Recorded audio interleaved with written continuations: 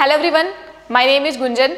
आज हम करने वाले हैं सम एप्लीकेशंस ऑफ ट्रिग्नोमेट्री। तो देखो, एप्लीकेशन का मतलब क्या होता है। एप्लीकेशन का मतलब होता है कि किसी भी चीज को हम कहाँ पे किस किस फील्ड में उसको यूज कर सकते हैं। तो इस चैप्टर में हम मेनली पढ़ेंगे कि ट्रिग्नोमेट्री को हम किस किस फील्ड में यूज करेंगे और किस लिए यूज करेंगे। तो अगर मैं आपको एक एग्जाम्पल बताऊं तो ट्रिग्नोमेट्री को मेनली हम किसी भी टावर की हाइट, माउंटेन की हाइट या फिर एंगल मेजरमेंट के लिए, तो इन सारी चीज़ों के लिए हम ट्रिग्नोमेट्री को मेनली यूज करते हैं। सपोज आप किसी टावर के सामने खड़े हो और आपको फाइंड करना है कि what is the height of tower. तो आप कैसे फाइंड करोगे? वहाँ पे आप मीटर स्केल तो लगाओगे नहीं, तो क्या करोगे? आप ट्रिग्नोमेट्री के कॉन्सेप्ट को यूज करोगे। मीन्स अगर आपको उसका एंगल पता हो कि आप जहाँ पे खड़े हो वहाँ से उसके टॉप पे कितना एंगल बन रहा है, तो देखो एंगल निकालने के लिए एक इंस्ट्रूमेंट होता है जिसको बोलते हैं सीकेंट। तो इस इंस्ट्रूमेंट की हेल्प से हम किसी भी एंगल को फाइंड कर सकते हैं। तो वहाँ से हमें एंगल की मेजरमेंट मिल जाएगी और हम डिस्टेंस को मेजर कर सकते हैं कि हम टावर से कितनी डिस्टेंस पे खड़े हैं। तो ये दोनों चीज़ें अगर हमें पता है तो हम इजीली हाइट ऑफ टावर को निकाल सकते हैं। सो this is the application of trigonometry. देखो, पहले क्या हुआ था कि ट्रिग्नोमेट्री को एस्ट्रोनॉमी के लिए बनाया गया। एस्ट्रोनॉमी में मेजरमेंट करनी थी कि अगर सपोज हमें फाइंड करनी है कि what is the distance of any planet from the earth, तो वहाँ पे हम इजीली कैसे उसको मेजर कर सकते हैं। तो उसकी मेजरमेंट के लिए ट्रिग्नोमेट्री को बनाया गया। ट्रिग्नोमेट्री की हेल्प से हम इजीली फाइंड कर सकते थे कि what is the distance between the earth and any planet. तो धीरे धीरे जो ट्रिग्नोमेट्री है वो हमारे रियल लाइफ से रिलेटेड हो गई और ट्रिग्नोमेट्री को बहुत सारी फील्ड्स में यूज किया जाने लगा। तो आइए हम स्टार्ट करते हैं सम एप्लीकेशंस ऑफ ट्रिग्नोमेट्री। और मैं एक चीज़ आपको और बता दूं कि अगर आपको किसी और चैप्टर की वीडियो देखनी है या फिर अगर आप ओलंपियाड एनटीएससी की तैयारी कर रहे हो तो आप कोटा क्लास की ऐप को डाउनलोड करो, रजिस्टर करो, वहाँ पे आपको हर एक चैप्टर की वीडियो मिल जाएंगी।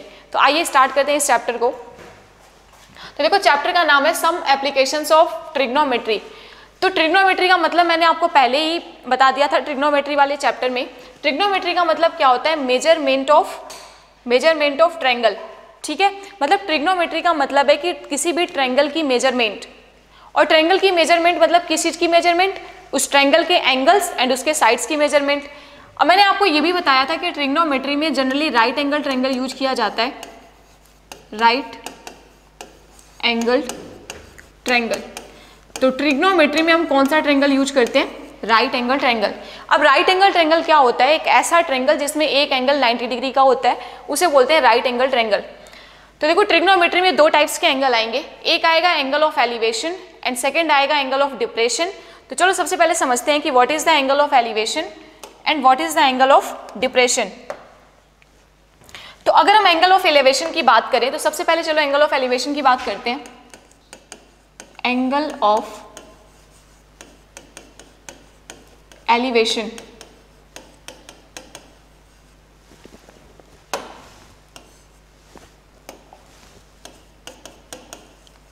तो what is the angle of elevation? अब इस चीज को समझने के लिए एक एग्जांपल लेते हैं। सपोज एक ऑब्जर्वर यहाँ पे खड़ा है और वो यहाँ पे एक टावर है, उसको ऑब्जर्व कर रहा है। Suppose this is the tower. ठीक है, ये एक टावर है और वो क्या कर रहा है? यहाँ से खड़े होके उसके टॉप को ऑब्जर्व कर रहा है। ठीक है, ऑब्जर्वर इज हियर। यहाँ पे ऑब्जर्वर खड़ा है और खड़ा होके क्या कर रहा है? टावर के टॉप को ऑब्जर्व कर रहा है। तो line joining the top and the I of site of observer, यहाँ पे जो पॉइंट है और जो ये वाला पॉइंट है, अगर इस लाइन को हम ज्वाइन करें तो इसे बोलेंगे लाइन ऑफ साइट। जिस लाइन के थ्रू वो उसको ऑब्जर्व कर रहा है उस लाइन को क्या बोलेंगे? Line of site. एंड सबको पता है कि इस वाले लाइन को क्या बोलेंगे? हॉरिजॉन्टल। तो this line is the horizontal. The angle between line of site and horizontal, the angle between line of sight and horizontal is called angle of elevation. So this angle is called angle of elevation. Angle of elevation.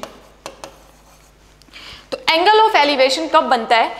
जब horizontal के ऊपर line of sight होती है। अगर horizontal से ऊपर line of sight होगी तो angle of elevation, and if horizontal से नीचे line of sight होगी तो angle of depression.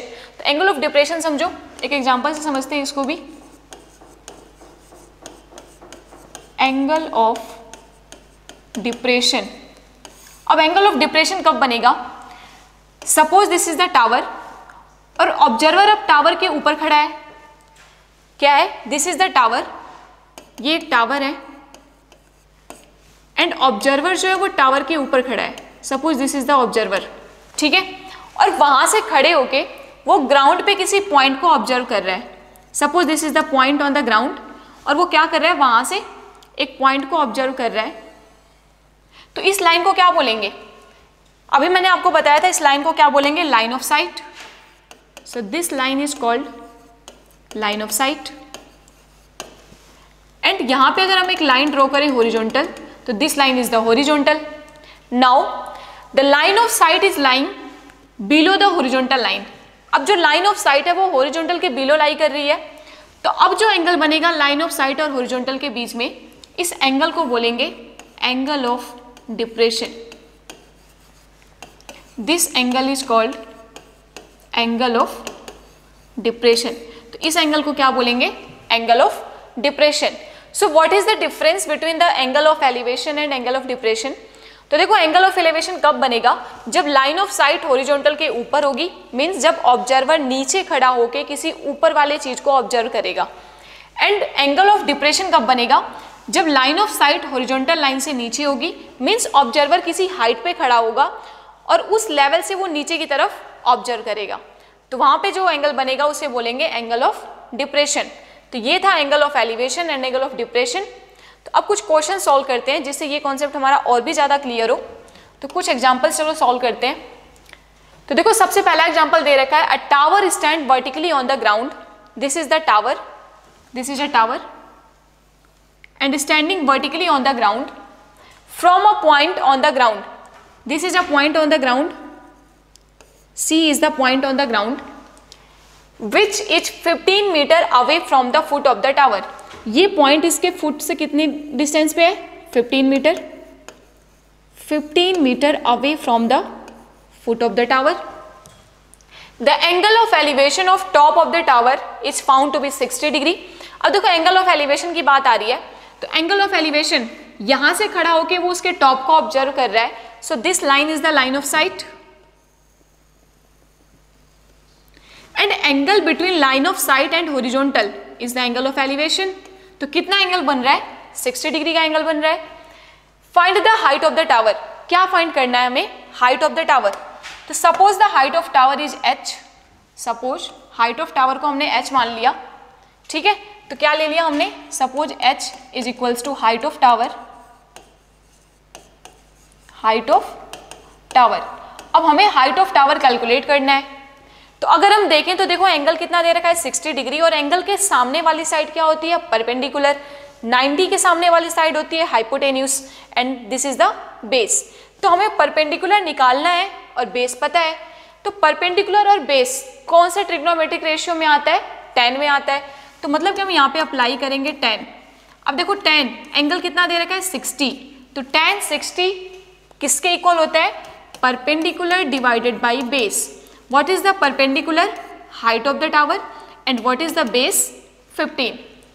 अब देखो इसके लिए आपको ट्रिग्नोमेट्रिक एंगल्स की जो मैंने आपको वैल्यू बताई थी वो सारी वैल्यू आपको याद होनी चाहिए। मेनली आपको साइन की वैल्यू याद होनी चाहिए, कॉस की और tan की। ज़्यादा से ज़्यादा इस चैप्टर में tan की वैल्यू यूज में आएगी। तो मैं आपको एक बार बता देती हूँ, tan 30, tan 0 कितना होता है, 0, tan 30 कितना होता है, 1/√3, tan 45 1, tan 60 √3 and tan 90 not defined. तो ये चीजें आप याद कर लो। अगर हम साइन की वैल्यू देखें तो साइन 0 कितना होता है, 0, sine 30 1/2, sine 45 1/√2, sine 60 √3/2 and sine 90 1। Cos के लिए क्या करोगे, साइन वाले का उल्टा कर देना, cos 0 1, cos 30 √3/2, cos 45 1/√2 and cos 60 1/2, cos 90 0। तो ये तीन चीजें आपको याद करनी है।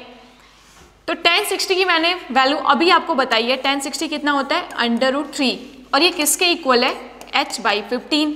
तो h कितना आ गया, h इक्वल्स टू 15 √3 मीटर।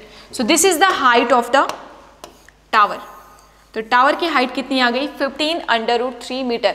तो देखो आपने यहाँ पे देखा कि हम ट्रिग्नोमेट्री की हेल्प से बहुत ही ईजिली तरीके से, बहुत ही आसानी से किसी भी टावर की हाइट को फाइंड कर सकते हैं। तो ये था हमारा क्वेश्चन नंबर फर्स्ट। अब करते हैं example second. An electrician has to repair and electric fault on the pole of height 5 metre. अब देखो यहाँ पे एक पोल है, दिस इज द पोल, और पोल की हाइट दे रखी है 5 metre, height of pole is 5 metre. She needs to reach the point 1.3 metre below the top of the pole. अब इलेक्ट्रीशियन को कहाँ पे पहुंचना है? 1.3 मीटर नीचे, मीन्स ऊपर से 1.3 मीटर नीचे रिपेयर करने के लिए पहुंचना है। तो ये वाली डिस्टेंस कितनी हो गई? 5 में से अगर हम 1.3 को माइनस करेंगे तो कितना आ जाएगा? 3.7। So this is 3.7 metre. ठीक है। What should be the length of ladder that she should use, which when inclined at an angle of 60 degree to the horizontal? क्या पूछ रहा है कि लैडर की लेंथ कितनी होगी? तो दिस इज द लैडर, और इस लैडर की लेंथ निकालनी है। तो suppose the length of ladder is L, और कितना एंगल बन रहा है, कितने एंगल पे इंक्लाइंड है ये? 60 डिग्री पे। कितने एंगल पे इंक्लाइंड है? 60 डिग्री पे। तो हमें फाइंड करना है what is the length of ladder, and next क्या फाइंड करना है? Also how far from the foot of pole should see place the foot of the ladder. ये बताना है कि फुट ऑफ लैडर इस टावर के बेस से कितनी डिस्टेंस पे होनी चाहिए, इस पोल से कितनी डिस्टेंस पे होनी चाहिए, मतलब ये वाली डिस्टेंस निकालनी है। तो चलो इसको मान लेते हैं x। ठीक है। तो हमने क्या मान रखा है? L equals to length of ladder. L को हमने मान रखा है length of ladder, and x को हमने मान रखा है distance of foot of ladder,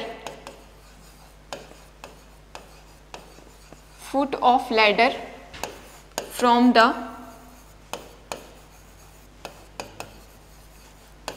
foot of the pole. ठीक है। तो अब हमें L और X की वैल्यू निकालनी है। देखो हमें क्या पता है, एंगल के सामने वाली साइड परपेंडिकुलर, 90 के सामने वाली side hypotenuse, and this is the base. तो हमें बेस फाइंड करना है, परपेंडिकुलर पता है, कैसे निकालेंगे? बेस फाइंड करना है, परपेंडिकुलर पता है, किस चीज में आएगा? tan में। tan का फॉर्मूला क्या होता है? परपेंडिकुलर डिवाइडेड बाई बेस, यही होता है। एंगल कितना दे रखा है? 60, तो tan 60 perpendicular divided by base. Perpendicular कितना है? 3.7, एंड बेस कितना है? बेस तो x है, तो हमें फाइंड करना है x। अब सबको पता होगा कि tan 60 कितना होता है? √3 is equals to 3.7 divided by x। तो x कितना आ जाएगा? x equals to 3.7 divided by √3। ठीक है। अब हम क्या करेंगे? √3 की वैल्यू यहाँ पे दे रखी है, 1.73 पुट करना है। ठीक है। तो क्या करोगे? √3 की जगह पे 1.73 पुट करोगे और देन डिवाइड कर दोगे, तो आपको पता चल जाएगी कि x की वैल्यू क्या होगी। तो x यहाँ से आ जाएगा, एंड ये किस में आएगा? मीटर में आएगा। नेक्स्ट हमें क्या फाइंड करना है? L फाइंड करना है, लेंथ ऑफ लैडर। अब कैसे फाइंड करेंगे? तो देखो पहला तरीका है कि हम पाइथागोरस थ्योरम यूज कर लें, बिकॉज हमें परपेंडिकुलर पता है, बेस निकल गया, तो हाइपोटेन्यूज हम इजिली निकाल सकते हैं। अब सेकेंड तरीका क्या है? सेकेंड तरीका है कि हम ट्रिग्नोमेट्री को यूज करें। तो देखो हमें परपेंडिकुलर पता है और हाइपोटेन्यूज निकालना है, तो परपेंडिकुलर और हाइपोटेन्यूज कौन से फॉर्मूले में आता है, कौन से टी रेशियो में आता है? तो इसको देखने के लिए एक बार देख लो, क्या फॉर्मूला मैंने आपको बताया था?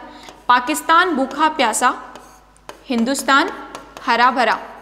तो देखो P पता है, H निकालना है, P/H किसका फॉर्मूला होता है? साइन का। और एंगल कितना दे रखा है? साइन थीटा, और थीटा कितना दे रखा है? 60। This is equals to P/H। ठीक है। अब साइन 60 की वैल्यू सबको पता होगी, कितनी होती है? √3/2। Perpendicular 3.7, and what is the hypotenuse? L। तो हमें L की वैल्यू चाहिए। L कितना आ जाएगा? 3.7 इंटू 2 डिवाइडेड बाई √3।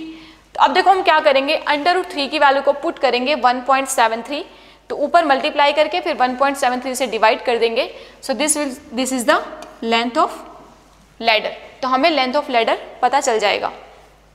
तो ये था हमारा क्वेश्चन नंबर सेकंड। आप आंसर देख रहे हो, जैसा कि आंसर कितना आएगा? 2.14 मीटर के अप्रॉक्स आएगा। तो ये आप इतनी सी कैलकुलेशन तो कर सकते हो, आप इसको मल्टीप्लाई कर लेना। अब नेक्स्ट करते हैं question number third, example number third. तो देखो क्या दे रखा है? एन ऑब्जर्वर 1.5 मीटर tall is 28.5 metre away from a chimney. एक ऑब्जर्वर है और उसकी हाइट कितनी है 1.5 मीटर 1.5 मीटर। तो let this is the observer और इसकी हाइट है 1.5 मीटर, ठीक है, and he is 28.5 metre away from a chimney. तो दिस इज अ चिमनी, ये चिमनी है और यहां से इसकी डिस्टेंस कितनी है 28.5 metre. He is 28.5 metre away from the chimney. The angle of elevation of top of the chimney from her eye. तो देखो ऑब्जर्वर की आई कहाँ पे होगी, इसके टॉप पे होगी, यहाँ पे होगी, और यहाँ से एंगल बन रहा है इसके टॉप पे, चिमनी के टॉप पे जो एंगल बन रहा है। तो देखो यहाँ से लाइन जा रही है, मीन्स हमें हॉरिजॉन्टल यहाँ से ड्रॉ करना होगा। तो यहाँ से हमने हॉरिजॉन्टल ड्रॉ कर दिया और एंगल कितना बन रहा है 45 डिग्री। कितना एंगल बन रहा है 45 degree. What is the height of chimney, क्या फाइंड करना है, what is the height of chimney.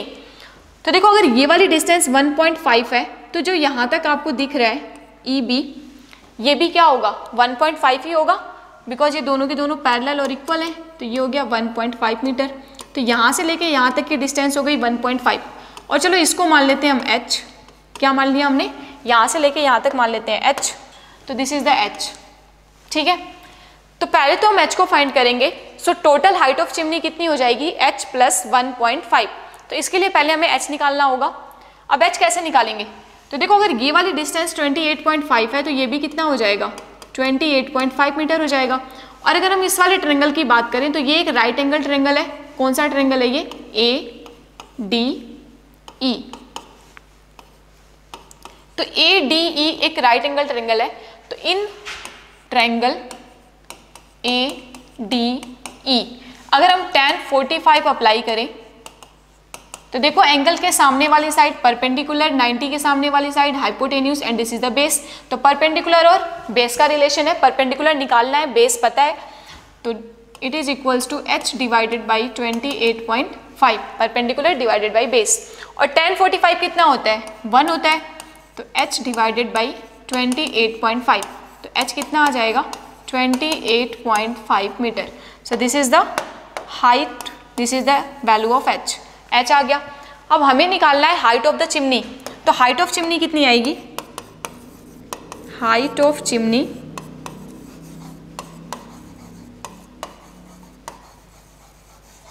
Is equals to h plus 1.5। h कितना है 28.5 प्लस 1.5। अब आप इन दोनों को ऐड कर दो, कितना आ जाएगा 30 metre. So height of chimney is equals to 30 metre. तो ये आ गई हाइट ऑफ चिमनी। तो ये था हमारा क्वेश्चन नंबर 3, एग्जाम्पल नंबर 3। अब नेक्स्ट हम स्टार्ट करते हैं example number 4। From a point P on the ground. अब देखो यहाँ पे आपको फिगर नहीं दे रखा है, मतलब कि आपको पहले फिगर ड्रॉ करना है। तो क्या दे रखा है, from a point P on the ground. तो suppose this is the point P, this is a point P on the ground. The angle of elevation of top of a 10 meter tall building is 30 degree। एक 10 metre tall building है यहाँ पे, this is the 10 metre tall building, ठीक है। तो P is a point and the angle of elevation of the top of 10 meter tall building is 30 degree। Angle of elevation कितना बन रहा है 30 डिग्री बन रहा है। The angle of elevation is 30 degree. Next क्या दे रखा है, a flag is hosted at the top of the building. अब इस बिल्डिंग के ऊपर एक फ्लैग होस्ट हो रहा है। तो suppose this is the flag, एक फ्लैग होस्ट हो रहा है इसके टॉप पे। And the angle of elevation of top of the flag staff from the point P is 45 degree. अब इसके फ्लैग स्टाफ के टॉप पे जो एंगल बन रहा है P पॉइंट से, वो कितना बन रहा है angle 45 degree. So this angle is the 45 degree. Find the length of flag staff and the distance of building from the point P। क्या क्या निकालना है हमें, हमें निकालना है length of flag staff, means हमें इसकी वैल्यू निकालनी है लेंथ ऑफ फ्लैग स्टाफ। तो let the length of flag staff is h and the distance of point P from the क्या था ये building, from the building is x। तो this is the x। तो देखो mainly हमें क्या find करना है, हमें h फाइंड करना है और x फाइंड करना है। तो सपोज यहाँ पे हम कुछ पॉइंट्स मान लेते हैं A, B, P एंड यहाँ पे पॉइंट मान लेते हैं C। तो देखो यहाँ पे दो ट्रायंगल हमें दिख रहे हैं, दो राइट एंगल ट्रायंगल है। एक तो ट्रायंगल है PBC जिसका एंगल है 30 डिग्री एंड दूसरा ट्रायंगल है APB जिसका एंगल है 45 डिग्री। ठीक है, तो चलो हम पहले बात करते हैं ट्रायंगल PBC की। तो इन ट्रायंगल PBC, अब अगर हम PBC ट्रायंगल की बात करें तो एंगल कितना बन रहा है 30 डिग्री। अब 30 के सामने वाली साइड हो गई perpendicular and this is the base. तो हम क्या लगाएंगे, परपेंडिकुलर और बेस पता है तो 10 लगाएंगे। tan 30 is equals to perpendicular कितना होगा 10 एंड बेस कितना हो जाएगा x। बिकॉज देखो हम PBC ट्रायंगल की बात कर रहे हैं तो हाइट कितनी आएगी, परपेंडिकुलर कितना आएगा, सिर्फ इतना ही आएगा 10 एंड बेस कितना है, बेस x है। tan 30 की वैल्यू क्या होती है 1/√3 इज इक्वल्स टू 10/x। तो x कितना आ जाएगा 10√3। तो कितना आ गया, x की वैल्यू कितनी आ गई 10√3। ठीक है, तो this is the distance of point P from the base of the building. तो यहाँ से हमें मिल गई x की वैल्यू। अब हम देखो इसको और भी सॉल्व कर सकते हैं अगर चाहें तो। √3 की वैल्यू पुट कर देंगे 1.732 एंड मल्टीप्लाई करेंगे तो 17.32 मीटर। तो ये आ गई 17.32 मीटर। अब नेक्स्ट हमें निकालना है h निकालने के लिए क्या करेंगे, अब इस बड़े वाले ट्रायंगल को यूज करेंगे और इस ट्रायंगल का नाम क्या है, इन ट्रायंगल PBA। कौन सा ट्रायंगल है, PBA। अब यहाँ पे अगर हम देखें तो फिर से वही बात है, परपेंडिकुलर और बेस की बात हो रही है, मीन्स tan अप्लाई करेंगे और एंगल कितना बन रहा है 45 degree. So tan 45 is equals to perpendicular divided by base. अब देखो परपेंडिकुलर में पूरा का पूरा AB आएगा। ठीक है, तो परपेंडिकुलर किसके इक्वल है, AB के इक्वल एंड बेस क्या है PB। अब हमें पता है कि जो tan 45 है वो 1 होता है। AB कितना है h प्लस 10 एंड बेस कितना है PB, ये तो है x। तो x कितना आ जाएगा, x equals to h plus 10। अब देखो हमें x की वैल्यू पता है, x कितना है 17.32। तो x कितना है 17.32 एंड हमें h निकालना है।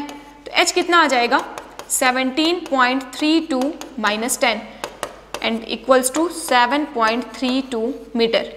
सो this is the value of h। और h क्या था, h is the height of flag staff. यही तो हमें कैलकुलेट करना था, हाइट ऑफ फ्लैग स्टाफ निकालना था और हाइट ऑफ फ्लैग स्टाफ कितना आ गया 7.32 metre and distance of point P from the base of building is equals to 17.32 metre. तो ये था हमारा क्वेश्चन नंबर 4।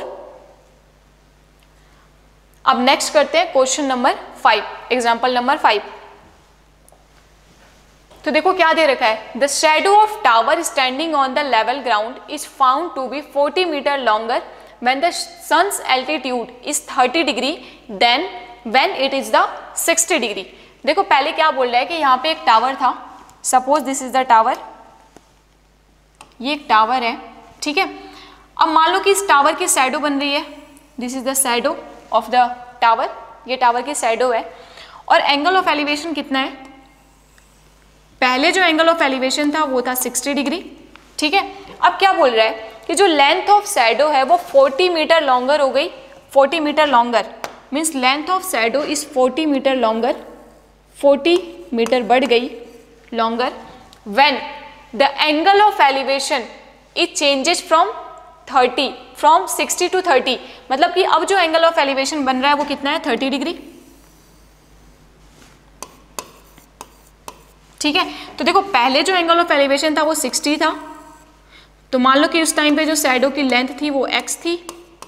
ठीक है, अब क्या बोल रहा है कि शैडो 40 मीटर्स लॉन्गर हो गई जब एंगल सन का जो एल्टीट्यूड है मीन्स जो एंगल है वो चेंज हो गया अगर 60 से 30। अब देखो इसमें कंफ्यूज होने की बात नहीं है, आपको ये कंफ्यूजन हो सकती है कि एंगल जो 30 है वो यहाँ का होगा फिर यहाँ का होगा। 60 और 30 में आपको कंफ्यूजन हो सकती है कि आप कहाँ पे किस एंगल को पुट करोगे। तो देखो यहाँ पे आप क्लियरली देख सकते हो कि पॉइंट जितना ज़्यादा पास होता है एंगल उतना ही ज़्यादा बड़ा होता है। ठीक है, तो अगर जब भी आपके पास दो एंगल्स आ जाएं 30 और 60, तो जो बड़ा वाला एंगल होगा वो हमेशा इन साइड में होगा और जो छोटा वाला एंगल होगा वो हमेशा आउटसाइड में होगा। तो 60 डिग्री बड़ा एंगल है तो ये अंदर की तरफ होगा और 30 डिग्री छोटा है तो ये बाहर की तरफ होगा। ठीक है, तो इस चीज में आपको कभी भी कंफ्यूज नहीं होना है। तो find the height of the tower, क्या फाइंड करना है, हमें फाइंड करना है हाइट ऑफ द टावर।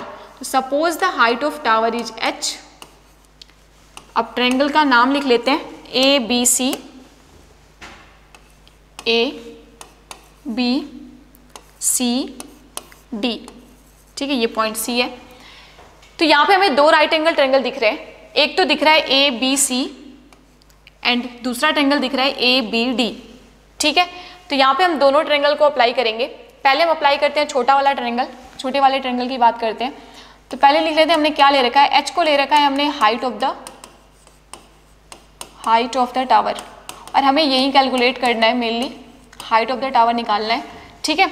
तो सबसे पहले अगर हम बात करें इन ट्रायंगल ABC की, तो ABC ट्रायंगल में देखो क्या है, एंगल कितना है 60 डिग्री, परपेंडिकुलर और बेस h और x है। तो परपेंडिकुलर और बेस का रिलेशन किस में आता है, tan में आता है, और tan 60 किसके इक्वल होता है, perpendicular divided by base. Perpendicular मतलब कि AB एंड बेस मतलब कि BC। AB कितना है, h है, और BC को हमने क्या मान रखा है, x मान रखा है, तो h बाई x। और tan 60 क्या होता है, √3, √3 equals to h by x, और यहाँ से हमें h और x का रिलेशन मिल जाएगा, h इक्वल्स टू √3x, ठीक है। तो this is the equation first, हम इसको इक्वेशन फर्स्ट मान सकते हैं, ये इक्वेशन फर्स्ट हो गई। अब हम नेक्स्ट बात करते हैं ट्रायंगल ABD की।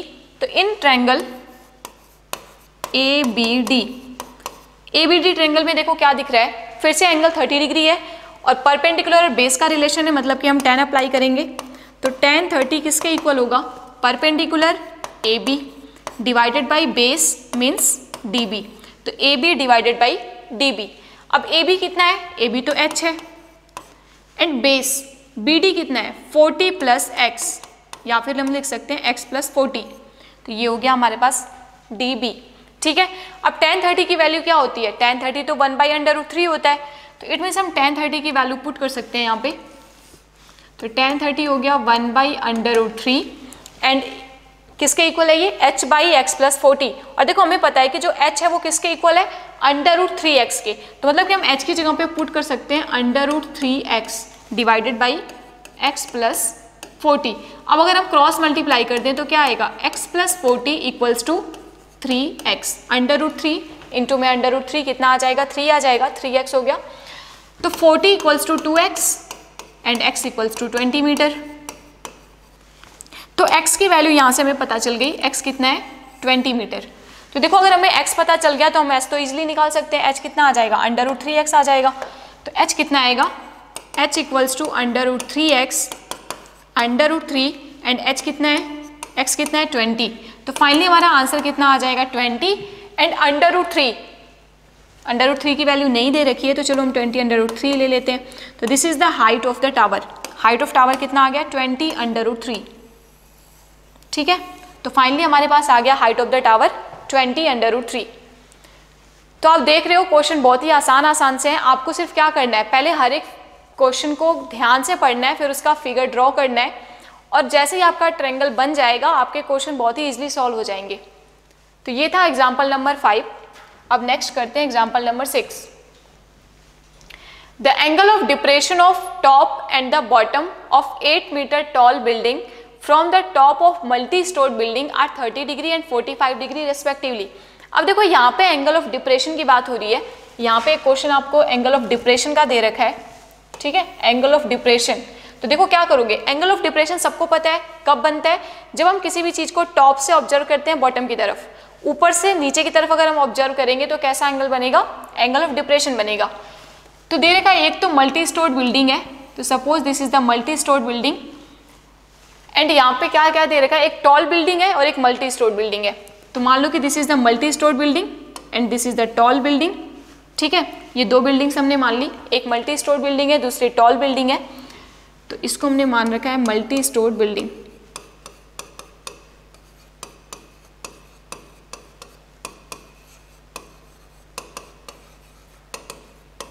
ठीक है, मान लेते हैं जो मल्टी स्टोर्ड बिल्डिंग है वो AB है एंड जो टॉल बिल्डिंग है वो CD है। अब क्या बोल रहा है, the angle of depression of top and the bottom of 8 metre tall building, building की हाइट भी दे रखी है 8 मीटर, कितनी हाइट है इसकी, 8 मीटर। अब क्या बोल रहा है कि इसके टॉप और इसके बॉटम पे, इसके टॉप पे मीन्स यहाँ से इसके टॉप पे एंड इसके बॉटम पे जो एंगल ऑफ डिप्रेशन बन रहा है वो कितना है, 30 डिग्री एंड 45 डिग्री। तो एंगल ऑफ डिप्रेशन बनाने के लिए देखो क्या करेंगे, एक हॉरिजॉन्टल लाइन ड्रॉ करेंगे यहाँ से। अब ये हो गई हॉरिजॉन्टल लाइन और ये हो गई लाइन ऑफ साइट। तो हॉरिजॉन्टल लाइन से अगर लाइन ऑफ साइट नीचे लाई कर रहा है तो एंगल कैसा बन रहा है, एंगल ऑफ डिप्रेशन बन रहा है। तो ये वाला जो एंगल है, टॉप वाला एंगल, वो कितना बन रहा है, 30 डिग्री। एंड इसके बॉटम वाला जो एंगल है, बॉटम वाला एंगल कितना बन रहा है, 45 डिग्री। तो चलो एक बार इसको ज्वाइन कर देते हैं। इसको इससे ज्वाइन कर दिया एंड इसको इससे ज्वाइन कर दिया, ठीक है। तो ये हमारा एक कंप्लीट फिगर बन गया। ए बी सी डी, इसको ई मान लेते हैं, ठीक है। अब देखो यहाँ से हमें क्लियरली दिख रहा है कि जो ये वाली लाइन है वो इसके पैरेलल है, ये दोनों की दोनों लाइन पैरेलल है और ये AC जो है वो एक ट्रांसवर्सल है। तो ये वाला एंगल अगर 30 है तो इसका अल्टरनेट एंगल ये वाला भी कितना हो जाएगा, 30 डिग्री हो जाएगा। नेक्स्ट अगर हम बात करें इस वाले लाइन की और BD की, तो ये दोनों लाइन फिर से पैरेलल है and AD is the transversal, AD एक ट्रांसवर्सल है। तो ये पूरा एंगल अगर 45 है तो अल्टरनेट एंगल ये वाला भी कितना हो जाएगा, 45, ठीक है। कितना एंगल हो गया ये, 45।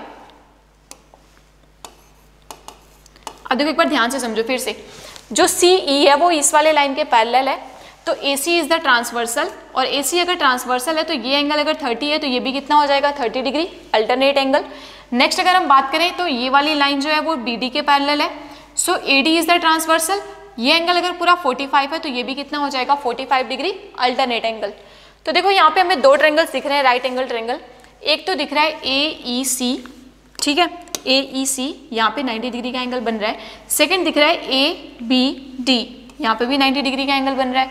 तो यहाँ पे हमें ये दोनों ट्रायंगल्स राइट एंगल ट्रायंगल दिख रहे हैं, तो यहाँ पे हम ट्रिग्नोमेट्री को अप्लाई कर सकते हैं। तो मेनली हमें फाइंड क्या करना है, find the height of multi storeyed building and the distance between the two buildings. हमें हाइट फाइंड करनी है मल्टी स्टोर्ड बिल्डिंग की and distance between the two buildings. तो चलो डिस्टेंस बिटवीन टू बिल्डिंग्स मान लेते हैं कि x है, ठीक है। और देखो ये वाली डिस्टेंस अगर 8 है तो BE कितना हो जाएगा, ये भी 8 मीटर हो जाएगा। एंड चलो AE को मान लेते हैं कि AE जो है वो h है, ठीक है। तो अगर हम h को कैलकुलेट कर ले तो height of multi storeyed building कितनी हो जाएगी, h + 8 एंड x को निकाल लेंगे। तो सबसे पहले अप्लाई करते हैं छोटे वाले ट्रायंगल में। तो अगर हम बात करें छोटे वाले ट्रायंगल की, मीन्स इन ट्रायंगल ACE, ठीक है। तो एंगल कितना बन रहा है वहाँ पे, 30 डिग्री बन रहा है। और 10 की बात करेंगे बिकॉज हमें परपेंडिकुलर और बेस की बात हो रही है। तो परपेंडिकुलर तो है h एंड बेस कितना है, बेस हो जाएगा, अगर ये x है तो ये भी x हो जाएगा, तो बेस हो गया x, मतलब कि कितना आ जाएगा, h/x, ठीक है। अब tan 30 की वैल्यू क्या होती है, 1/√3 इज इक्वल्स टू h/x, ठीक है। तो x कितना आ गया, √3h, ठीक है। तो ये कितना आ गया, √3h। तो ये मिल गया हमें first equation, this is the equation first, ठीक है। अब हम बात करते हैं दूसरे वाले ट्रायंगल की।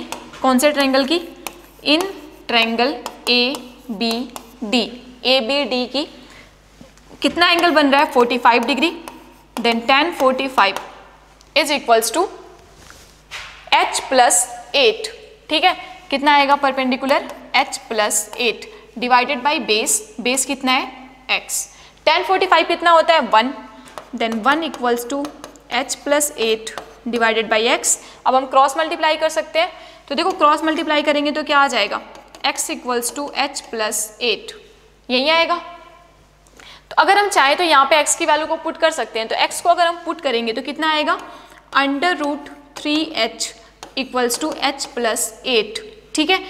तो √3h - h equals to 8, h common आ जाएगा तो बचेगा √3 - 1 इक्वल्स टू 8, ठीक है। तो h की वैल्यू क्या आ जाएगी, h आ जाएगा 8 डिवाइडेड बाई √3 - 1, ठीक है। अब हम इसको चाहें तो रैशनलाइज कर सकते हैं। तो रैशनलाइज अगर हम करेंगे तो क्या आएगा, √3 + 1 √3 + 1, ठीक है। तो देखो नीचे वाला क्या हो जाएगा, a² - b², मतलब कि √3 का स्क्वायर -1 का स्क्वायर मीन्स 3 - 1 2 आ जाएगा। तो ये यहाँ पे आ जाएगा 8 under root 3 plus 1 divided by 2, 2 से 8 कैंसिल हो जाएगा और फाइनली जो h है वो आ जाएगा 4 अंडर रूट 3 प्लस 1 मीटर। तो देखो h कितना आ गया, h की वैल्यू आ गई हमारे पास 4 अंडर रूट 3 प्लस 1 मीटर। ठीक है, तो h कितना आ गया 4 अंडर रूट 3 प्लस 1 मीटर। अब नेक्स्ट हमें चाहिए कि इनके बीच की डिस्टेंस कितनी है, मतलब कि हमें x निकालना है। तो x कितना है, x है अंडर रूट 3 h के इक्वल, तो अंडर रूट 3 h की वैल्यू हमें पता है, h कितना है 4, ठीक है, तो इनटू में 4 अंडर रूट 3 प्लस 1। अब इस पूरे को मल्टीप्लाई कर देते हैं, मल्टीप्लाई करेंगे तो क्या आएगा 4 बाहर हो जाएगा, अंडर रूट 3 से अंडर रूट 3 मल्टीप्लाई होगा तो 3 एंड 1 से मल्टीप्लाई होगा तो अंडर रूट 3, मीन्स x की वैल्यू कितनी आ जाएगी 4 3 प्लस अंडर रूट 3 मीटर। ठीक है, तो देखो फाइनली हमारे पास h भी आ गया एंड x भी आ गया। h क्या है, h a e की वैल्यू है एंड x क्या है, x है dB। अब हमें फाइंड करनी थी what is the height of multi storeyed building, तो आप इजीली फाइंड कर सकते हो। Height of multi storeyed building कितनी होगी, AB मीन्स h प्लस 8, तो h की वैल्यू तो आप निकाल चुके हो, उसमें 8 को ऐड कर दो, तो height of multi storeyed building कितनी आ जाएगी, height of multi storeyed building is equals to h कितना है 4 अंडर रूट 3 प्लस 1 प्लस 8 को ऐड करना था। ठीक है, तो अब यहां से निकाल दो कितना आ रहा है 4 अंडर रूट 3 प्लस 4 प्लस 8, तो यह आ जाएगा 4 अंडर रूट 3 प्लस 12। ठीक है, 8 प्लस 4 कितना आ गया 12 आ गया। अब आप चाहो तो 4 को कॉमन ले सकते हो, 4 कॉमन आ गया अंडर रूट 3 प्लस 3, तो ये आ गया हमारे पास 4 अंडर रूट 3 प्लस 3। ठीक है, तो फाइनली देखो ये भी हमारा जो height of multi storeyed building है वो भी आ गया 4 under root 3 plus 3 and x की वैल्यू भी कितनी आ गई 4 3 प्लस अंडर रूट 3, तो दोनों वैल्यू सेम आ रही है। और वैसे आपको दिख रहा है क्लियरली दोनों सेम ही होंगे बिकॉज एंगल कितना बन रहा है 45 और tan 45 1 होता है, मतलब कि जो परपेंडिकुलर है वो बेस के इक्वल हो जाएगा। आप ऐसे भी सोच सकते हो कि ये एंगल 90 है, ये 45 है, तो ये भी 45 होगा, और अपोजिट एंगल्स अगर इक्वल हैं तो अपोजिट साइड्स भी क्या होंगी, इक्वल होंगी। तो अगर ये 4x है तो ये भी पूरा क्या होगा, x के इक्वल ही होगा, तो दोनों की लेंथ इक्वल ही आएगी। ठीक है, तो ये था हमारा question number 6, example number 6। Angle of depression की बात हुई थी यहाँ पे, तो हमने पहले एंगल ऑफ डिप्रेशन बनाया, फिर उसके बाद अल्टरनेट एंगल से ये एंगल 30 हो गया और ये 45 हो गया। फिर हमने दोनों ट्रायंगल्स को अप्लाई किया और एक बार 30 वाले को यूज किया, एक बार 45 वाले को, फिर हमने h और x में रिलेशन निकाला, फिर दूसरे वाले ट्रायंगल में उस h और x के रिलेशन को पुट कर दिया, फिर हमने उनकी वैल्यू को कैलकुलेट कर दिया। ठीक है, तो ये था हमारा क्वेश्चन नंबर 6। अब नेक्स्ट करते हैं क्वेश्चन नंबर 7, एग्जाम्पल नंबर 7। ये हमारा लास्ट क्वेश्चन है, लास्ट एग्जाम्पल है। ठीक है, इसके बाद हमारी एक्सरसाइज आएगी। From a point on the bridge across a river the angle of depression of bank on opposite sides of river are 30 degree and 45 degree respectively. If the bridge is at the height of 3 meter from the bank, 3 meter from the banks, find the width of river. देखो क्या दे रखा है, from a point on the bridge, एक point है bridge पे across the river, तो suppose this is the bridge और ये ब्रिज के ऊपर एक point है। यहाँ से हम क्या ऑब्जर्व कर रहे हैं, the angle of depression on the banks on the opposite side of river. दोनों देखो रिवर के अपोजिट साइड में एक बैंक इधर आएगा, दूसरा बैंक इधर आएगा, दोनों की तरफ वो ऑब्जर्व कर रहा है। तो एंगल ऑफ डिप्रेशन जो बन रहा है, एंगल ऑफ डिप्रेशन की बात हो रही है, मतलब कि हम क्या ड्रॉ करेंगे, horizontal line, this is the line of site and this is the angle of depression. तो क्या बोल रहा है, जो एंगल ऑफ डिप्रेशन है वो 30 डिग्री एंड 45 डिग्री है, तो angle of depression is 30 degree and 45 degree. This is the river, ये रिवर का बैंक है, ये लेफ्ट वाला, ये राइट वाला, तो this is the width of river. ये टोटल क्या हो गई, विड्थ ऑफ रिवर हो गई। Respectively if the bridge is at the height of 3 metre, जो ब्रिज है वो कितने हाइट पे है, 3 मीटर की हाइट पे है, तो this is 3 metre high. Find the width of river, क्या फाइंड करना है हमें, विड्थ ऑफ रिवर फाइंड करना है। तो suppose this is the A, B, C and D, so BD is equals to width of river। BD क्या है, width of river है। ठीक है, अब हमें BD फाइंड करना है। तो suppose this is the X and this is the Y, तो तो अगर हम x और y को निकाल दें और x और y को फिर ऐड कर दें तो क्या आ जाएगा, टोटल BD आ जाएगा and BD is the width of river. तो BD किसके इक्वल है, मेनली x प्लस वाई के इक्वल है। तो पहले हमें x निकालना है फिर y निकालना है। तो फिर से देखो वही बात होगी, यहाँ पे एंगल ऑफ डिप्रेशन की बात हो रही है, तो जो ये वाली लाइन है वो इसके पैरेलल है, सो this is the transversal and ये एंगल अगर 30 है तो अल्टरनेट एंगल ये वाला भी 30 हो जाएगा। ठीक है, सिमिलरली अगर यहाँ पे देखें तो ये वाली लाइन इसके भी पैरेलल है और ये ट्रांसवर्सल है, तो ये एंगल अगर 45 है तो ये वाला एंगल भी कितना हो जाएगा, 45 डिग्री। ठीक है, तो अब अगर हम बात करें ट्रायंगल ABC की, तो in triangle ABC tan 30 is equals to perpendicular divided by base means 3/x और tan 30 कितना होता है 1/√3 इज इक्वल्स टू 3/x। तो x कितना आ जाएगा 3/√3 मीटर। ठीक है, मीटर में दे रखा था तो x कितना आ गया 3/√3 मीटर। अब नेक्स्ट हमें फाइंड करना है y, तो y के लिए कौन सा ट्रायंगल लेंगे, ACD। तो अब हम बात करने वाले हैं ट्रायंगल ACD की। तो इन ट्रायंगल ACD में क्या होगा, tan 45 यूज करेंगे, then tan 45 is equals to perpendicular divided by base means 3 divided by y। और हमें पता है कि tan 45 कितना होता है 1 होता है, तो tan 45 कितना हो गया 1 हो गया, तो y कितना आ गया, y is equals to 3 metre. तो देखो हमें x पता चल गया और y पता चल गया, x कितना है 3/√3 मीटर एंड y कितना है, y is equals to 3 metre. तो x और y पता चल गया। अब हमें चाहिए विड्थ ऑफ द रिवर, तो विड्थ ऑफ रिवर कितनी है x प्लस वाई, तो विड्थ ऑफ रिवर कितना आएगा, width of river is equals to x plus y. x कितना है 3/√3 एंड y कितना है, y है 3, तो देखो 3 कॉमन आ गया and finally the answer is 3/√3 + 1 metre.